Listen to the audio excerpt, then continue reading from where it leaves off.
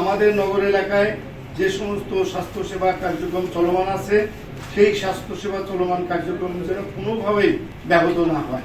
মাননীয় প্রধানমন্ত্রী দৃষ্টি আকর্ষণ করে বলতে চাই, আমাদের দীর্ঘদিনের এই 27 বছরের কিংবা 28 বছরে আমাদের যে কর্মীদের আমরা দেশে এবং বিদেশে সরকারি এবং দাতা সংস্থার যে অর্থায়নে আমরা প্রশিক্ষিত করেছি, দক্ষতা বৃদ্ধি করেছি, যারা এখন নিজেরাই, আপনারা জানেন যে একটা কর্মীকে ইউসি ট্রেনিং দিয়ে আমরা যখন মাঠে পাঠাই, সেই মাঠের পর আবার তাকে ব্যাক করে আবার আমরা ঢাকা মেডিকেল কলেজের এবং আমাদের যে আজিমপুর যে ম্যাটার্নিটি আছে তাদের মাধ্যমে আমাদেরকে এই কর্মীগুলো তৈরি করতে হয়।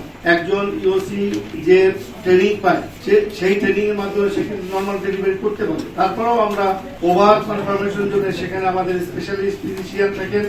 সমস্ত গভর্নমেন্টের প্রোটোকলে যে সমস্ত টেকনিক্যাল রোগগুলো রাখার কথা, এই প্রকল্পে কিন্তু সেইগুলো রোগগুলো রাখাই এবং স্বাস্থ্যসেবা ক্ষেত্রে বিশেষ করে মা এবং শিশুদের স্বাস্থ্যসেবা নিশ্চিত করার ব্যবস্থা করা হয়।